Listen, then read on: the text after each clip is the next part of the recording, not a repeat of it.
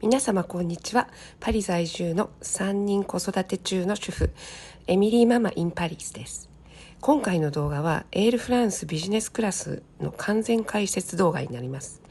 6月のコロラドバレーアカデミーのサマーインテンシブが終了し、帰りのパリ行きの便はビジネスクラス。娘にとっては初めてのビジネスクラスでした。デンバー国際空港やエールフランス機内の様子、お食事など、あとデルタスカイクラブラウンジの様子など紹介してます。どうぞ。シェラトンホテルをチェックアウトしてウバーでデンバー国際空港へ向かいます。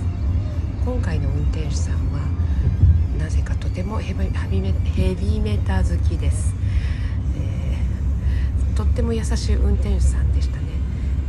左手にデンバー国際空港が見えます。まるでテントを張ったみたいな空港です。チェックインも優先搭乗してもらいました。空港内は、とてもアートがいっぱい。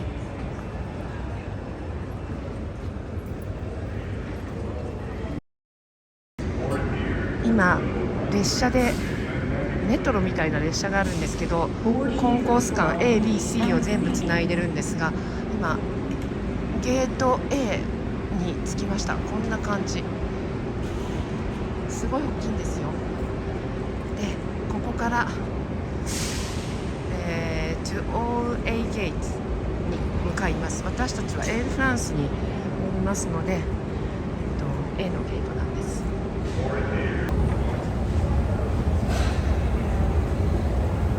さあ A ゲート、ここからまだ上に上がるのね。こんな感じですよ。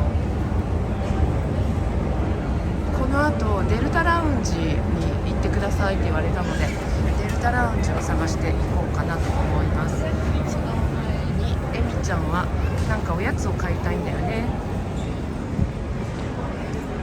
じゃあおやつをまず買おうか。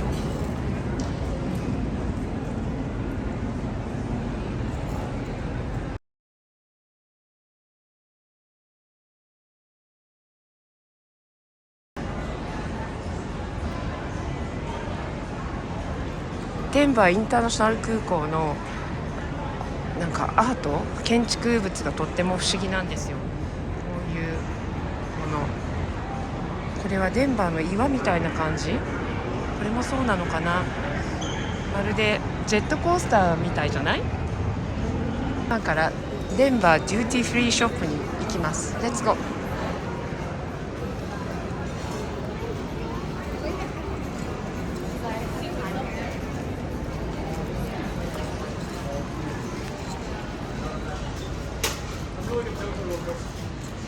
でもエミちゃん、なんかここさ、お菓子っていう感じのものじゃないと思うよ、売ってるの。もっと普通のルレイみたいなところを探して行こうよ。普通のお店、ああいうとこじゃないかな。あっちの方になんかあるの。行ってみる？ OK、 レッツゴー。お土産屋さんに来ました。ここでちょっと何か食べ物飲み物少し買っておこうかなと思います。飛行機の中長いので、私はあんまり食べないと思いますが、飛行機の中だけど娘が何か買いたいそうなので、ここらで調達しておこうと思います。3階を越えると、次こっちに行くとエアラインクラブがあるみたいなので、エアラインクラブって、ラウンジのことですよね。こっちに行ってみようと思います。空港内にいろいろとね、アートが飾られてますね。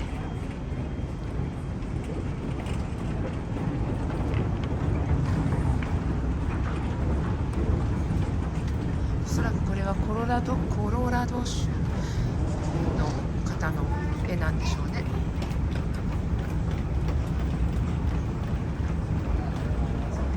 おそらくここからエレベーターに乗ってラウンジに、違うわ、もうここでいいんだ。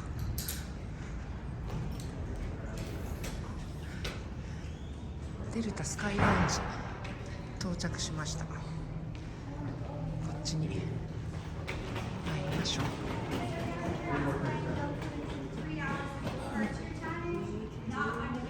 なんかすごい並んでるんですけど、デルタスカイクラブラウンジにすごい行列ができてて、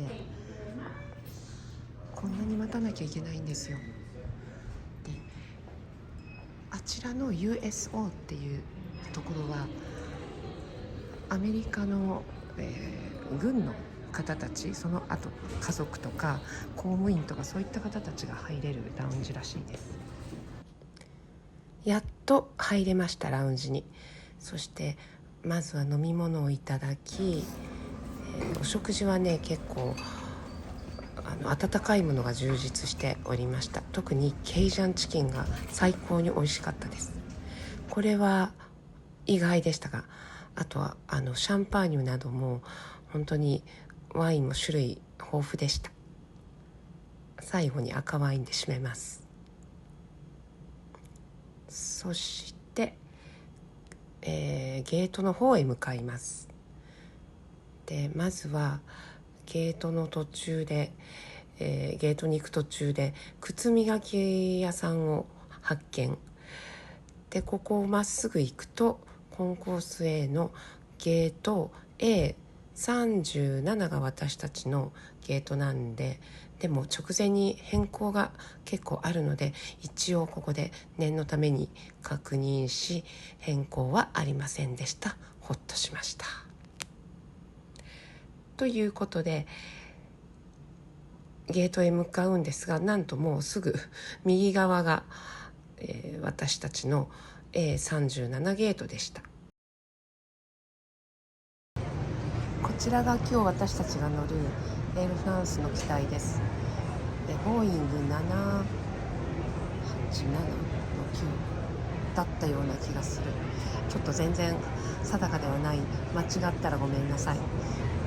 今日はねこちらのビジネスクラスに登場いたします。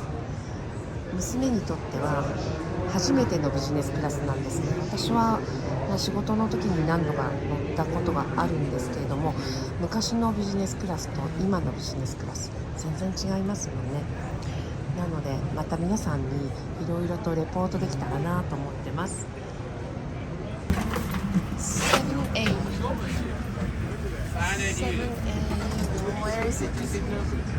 ここみたい。ママここ。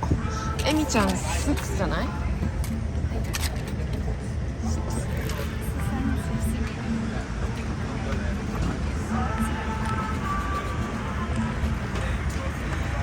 今回私もエミリーも窓側です。窓側で前と後ろにしました。こんな感じ。パネルはこれどうやるんだろう。ライトはこういう感じでつきますね。角度も変えられますね。で、こちらがリモコンかな。このスクリーンのリモコンだと思います。で、スリッパどんな感じ？こういう感じのね、布ではないですけれども、今日のフライトでお靴履かないでこちらを履いていこうと思います。で、足元はこういった感じになってて、下にね荷物を置けるので、私はちょっと PC とか iPad とか、あと自分のハンドバッグを入れておこうと思ってます。で、ここにいろいろとしおりとかありますね。で、こちらが充電できるようになっております。で、ここでライトと、あと足のサポートの高さを調節できたり、これはもうフルフラットにするボタンですね。で、これもどうなんだろう。これはスライドするのかな。後でやってみようと思います。こ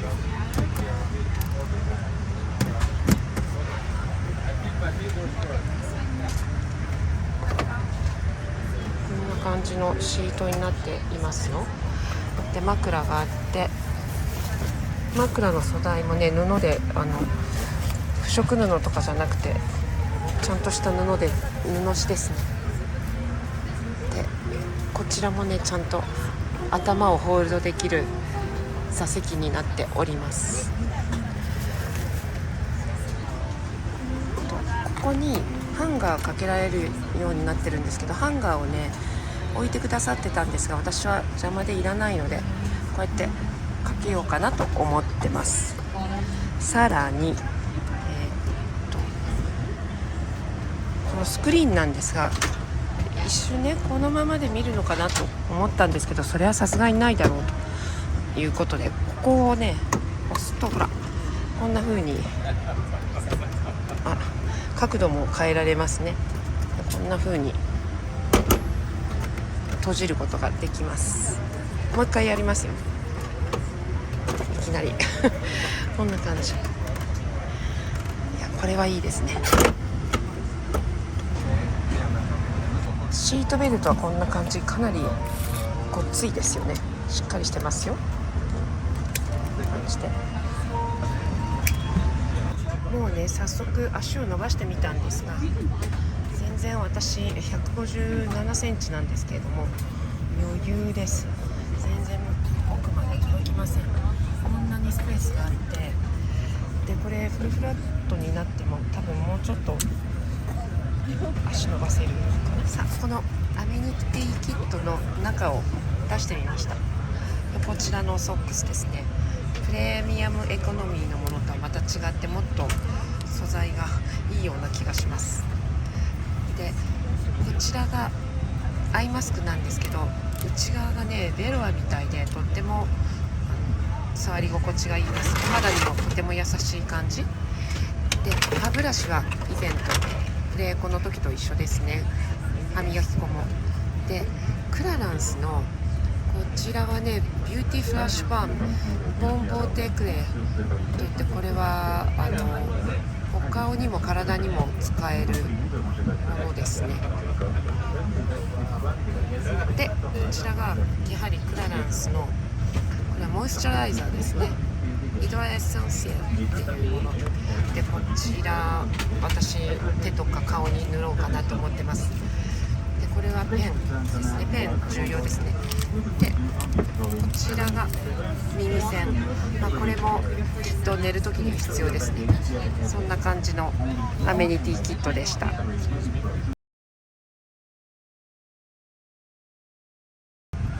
った今ウェルカムシャンパーニュをいただきました。でこれからお食事のメニューをね配られたので、これをちょっと見ていきたいと思います。はい、ということで今からシャンパーニュをいただきます。美味しいです。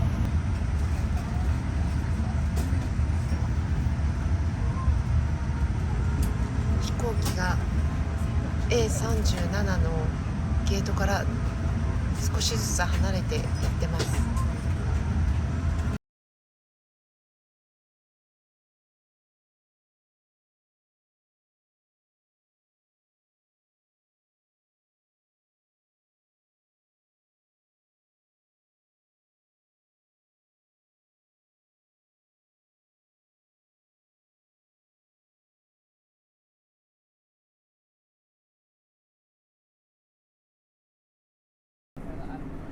もうすぐ離陸です。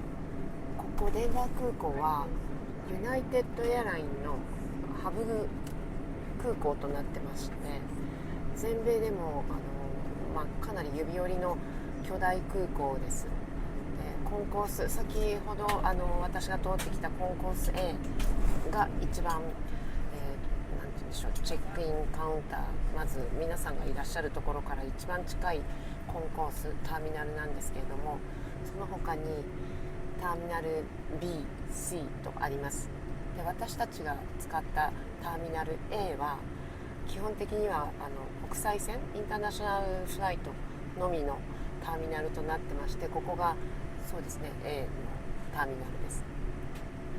でここから、世界中へ向けてデンバー空港ユナイテッドエアラインのハブ空港なんですが、エールフランスはデルタデルタ空港違ったデルタエアラインと共同運航してまして、今回運航するのはエールフランス便ですが、乗ってきてらっしゃる方はデルタ航空のお客様が多く、私たちのラウンジもデルタスカイクラブデルタのラウンジを使わせていただきました。デルタのラウンジは比較的新しいみたいなんですが、ちょっとかなり小さくて、日本の羽田の、JAL とかのラウンジをちょっと想像するとあまりにも小さくてびっくりしたのですが、でもないよりはいいかなという感じでした。でもね、お食事は、ケイジャンチキンとかとっても美味しかったです。でシャンパーニュもありましたし、とてもね充実した待ち時間を過ごすことができました。でもうそろそろロッキー山脈、あちらの方に薄く見えるロッキー山脈ともお別れです。これからパリに戻ってまたちょっと現実に戻る感じとなりますが、このフライト楽しんでいけたらなと思ってます。機内エンターテインメントプログラムなんですが、このスクリーンは、タッチパネル、こんな感じでタッチパネルにもなりますけれども、と同時にこちらにリモコンがあるんですね。これは JAL さんなんかと同じようなスタイルですよね。でこちらでも操作ができるようになってます。基本的にはタッチパネルの方が、やりやすいかなと思います。それにしてもデンバーの空は広い、本当に広い、どこまでも続く平原って感じですね。お家に置いてきた夫と17歳の長女と13歳の息子、ちゃんとご飯食べてるでしょうか。すごいね、それだけが私心配だったんですよね。全然料理のできない夫に託して、で17歳の娘も全く料理しようとしないので、どうやって食べてきたんだろうなと思って毎日メッセージしたりとか、WhatsApp とかね連絡してたんですけども、電話でも全然返事がなかったり、もう本当あちらの用事がある時だけに私に連絡取ってきたりで、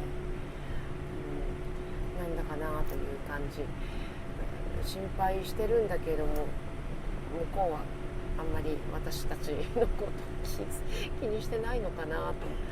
でも別に発展途上国でもないし、飢えた国にいるわけでもないから、お家で何かあるでしょう。で必要だったら自分たちで何か買って食べてるでしょう。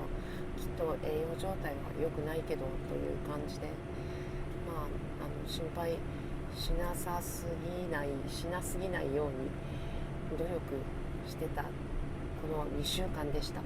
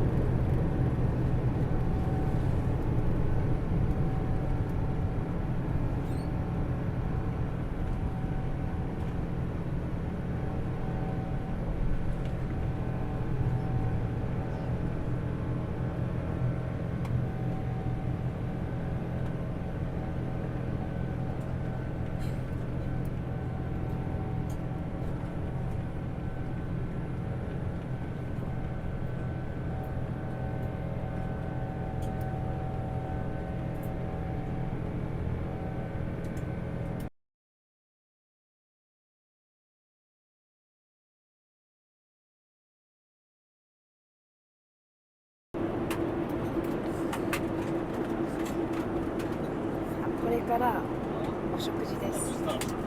ディナーがスタートしますが、まず、前菜からですね、アンプネを持ってきていただきました。今日はエビのマリネとパイナップルのグリルですね。それにタイムが添えられております。でサラダでしょ。でパン、今パンいろいろあったんですけど、私はこのパンを選ばせていただきました。そして生ハムとメロンですね。こちらもとてもフレンチな感じ。こちらがね、フロマージュですね。チーズはメインの後にいただこうかなと思ってます。こちらがデザートはフリールージュのチーズケーキですね。赤いフルーツのチーズケーキですね。まずこちらからいただいていきます。今日のワインは私はピューフィッセを選びました。こちらですね。ちょっと乗ってます。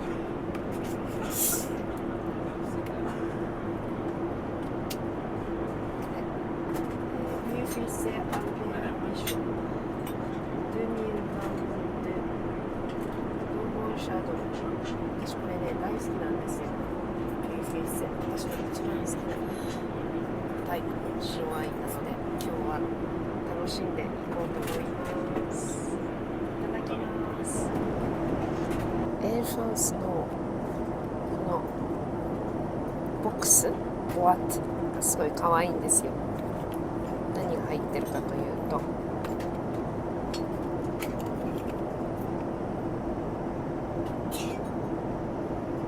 お塩、そして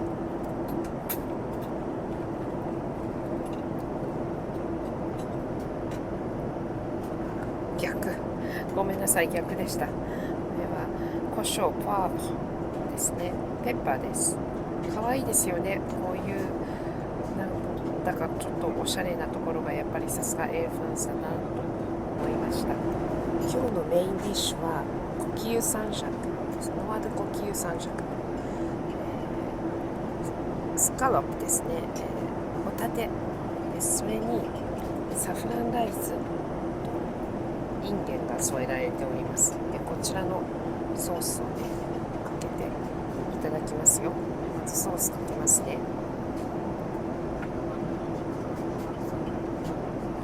こんな感じで、まずいただいてみますね。美味しそうですね。でワインは相変わらず、同じものを合わせております。白ワインでピーフィースです。もうちょっとおかわりいかがですかと言われたんですが、まだいただいておりません。もうちょっとしたらもう1回ぐらいおかわりしようかなと思います。フロマージュチーズに合わせてまたちょっとワインをいただこうかなと思います。それは赤にしてみようかなと思っているところです。いただきます。実はね、この2週間私デンバーでお米を食べることが全くなかったんですよ。なので今日のサフランライスとっても楽しみなんですよね。美味しそうですよね。やっぱりエルファンスというとお食事が美味しいというイメージがあります。ですので今日はとっても楽しみな感じですよ。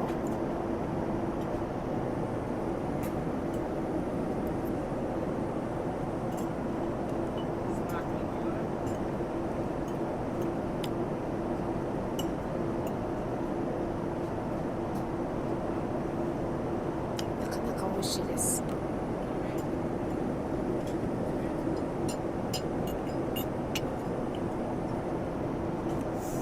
サフランライスも美味しい。久しぶりのお米、結構感動。美味しい。ちょっとワインも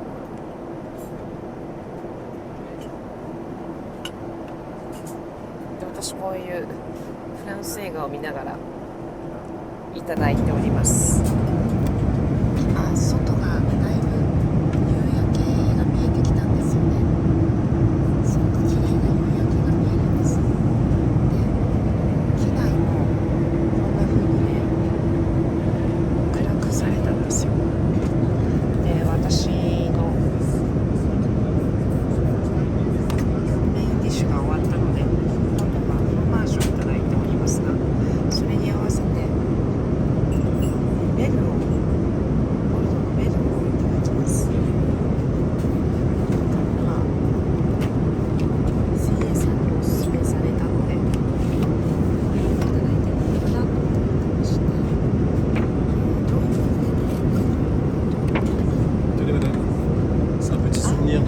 思ってたら、今ねワインの紹介しようと思ってたら CA さんにこれいただきました。今回のお土産ということで、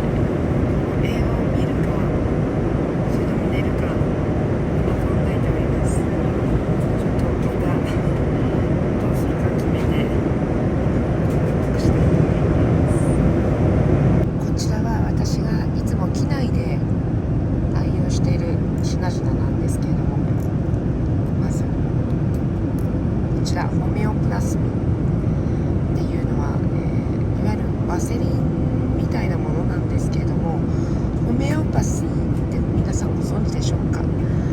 ちょっとした自然療法のものなんですけれども、このビオロンという会社がホメオパシーに基づいた薬品を提供してまして、フランスのファーマシー、薬局に行くとこのビオロンのいろいろなホメオパシーに基づいた製品が買えます。で、私はね、このワセリンもどきというかワセリンみたいなものをリップクリームとして、あと顔、特に目の下とかシワができやすいところ、保湿したいところ、ちょっとガサガサしてるところ、何でもこれはね愛用してますね。もうフランスに来てそうでしょう、どうだろう、十何年愛用してます。で、こちらが私のお友達で、リーコさんという韓国のコスメの会社を経営していらっしゃる方がいらっしゃるんですね。この前フランスでもお会いしたんですけれども、彼女のこのマリンミストがものすごい保湿力で、私ねこれを機内、あとやけどぐらいひどく日焼けした肌に、振りかけてすぐに落ち着きましたね。これね、大谷翔平さんの試合をドジャース対、ロッキーズの試合を見に行った時に、あまりに日に当たりすぎて肌がやけど状態になったんですね。そこに振りかけてシュッシュと、すごい今もう落ち着いてます。で、こちらはこれもね長年愛用してるんですけれども、モロカンオイルで、これは髪の毛もやっぱりすごい乾燥するんですよね。飛行機の中とか、飛行機の中だけじゃなくてもで、パサパサになるとやっぱりツヤ感がないと女性ってなんか老けて見えたりしませんか。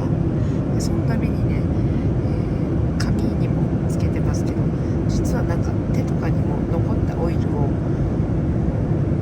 こすりつけております。そしてでミストとか使った後にはこのね、シュポゼのアレルギー用のクリームがあるんですよ。これをね必ずお顔には塗るようにしてます。で、今回ちょっとやけどのような日焼けをしてしまったところにもこれをね、このミストの後に塗っています。そしてこれはハンドクリームなんですけども、私のやっぱりお友達のドイツ在住の美里さん、プラビータ美里さんからプレゼントされたものなんです。でもう随分使ってしまったんですけれども、やっぱりね手もいたわらないということで、こちらベレダのハンドクリームすごく愛用してます。ベレダはオイルも私はね基本的にはお風呂上がりに毎日つけてるんですよ。本当におすすめのブランドです。そんな感じの私の飛行機内でのアイテム、スキンケアアイテムでした。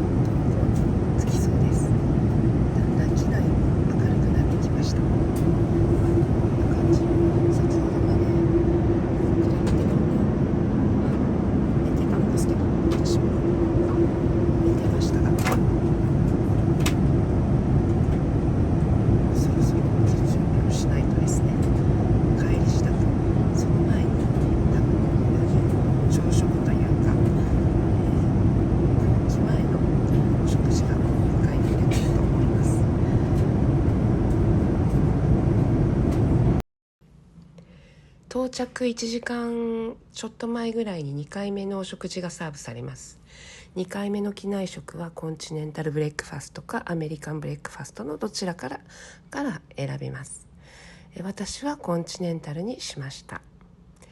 で、私はね、乳製品や小麦粉はあまり取らないようにしておりますので、このお食事でいただいたものというのは、フルーツのみでした。バターとかね、ジャムとかもあるんですが、基本的には食べないのでフルーツだけいただきました。今回機内で見た映画は一つだけです。9時間半のフライトなので、あまりそんなにね、寝てると映画見ようという感じにはならなくて、せいぜいお食事しながら一本見たっていう感じですね。で、その中でまた私ね、このフランク・デュボスの主演の映画を発見してしまいました。これは2023年のヌーフォーデパー、新たな旅立ちみたいな感じのタイトルの映画ですね。で、多分50代の、夫婦のちょっとしたクライシス、危機みたいなものを描いた映画なんですけれども、まず最初に出だしのところで、一人息子が東京に旅立つんですね。で、その東京に行ったら、どうか生魚、お刺身とか、生魚食べないでね、食べちゃダメよみたいなことを、このお母さん役のカリン・ヴァディアさんが言うんですけれども、それってちょっとあまりにも大げさじゃないなんて思いつつ、見てました。映画ですからね、大げさにしてるんだと思います。という感じで、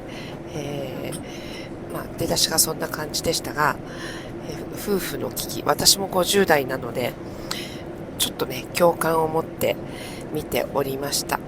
で、パリの夫婦ってこんな感じなのかな、フランスの50代ってこんな感じなのかしらと思って見てたんですが、私の世界とはちょっと違うので、また皆さんももしこれ見られた方、ご意見を伺いたいなと思いました。フランスが見えてきました。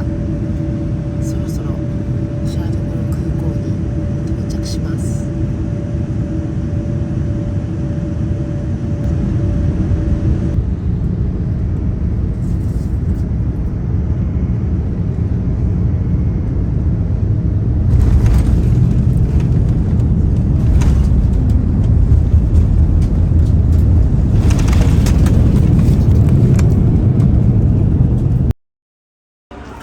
デンバーからパリ行きのエールフランスはターミナル 2E、ターミナル2に着くんですが、その後、トレイン、列車みたいなのに乗って、メトロみたいなものに乗って、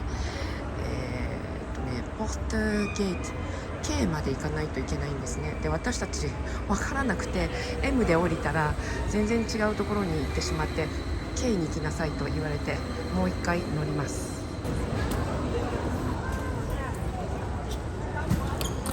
荷物もすぐに出てきました。スカイプライオリティということで、とても早かったです。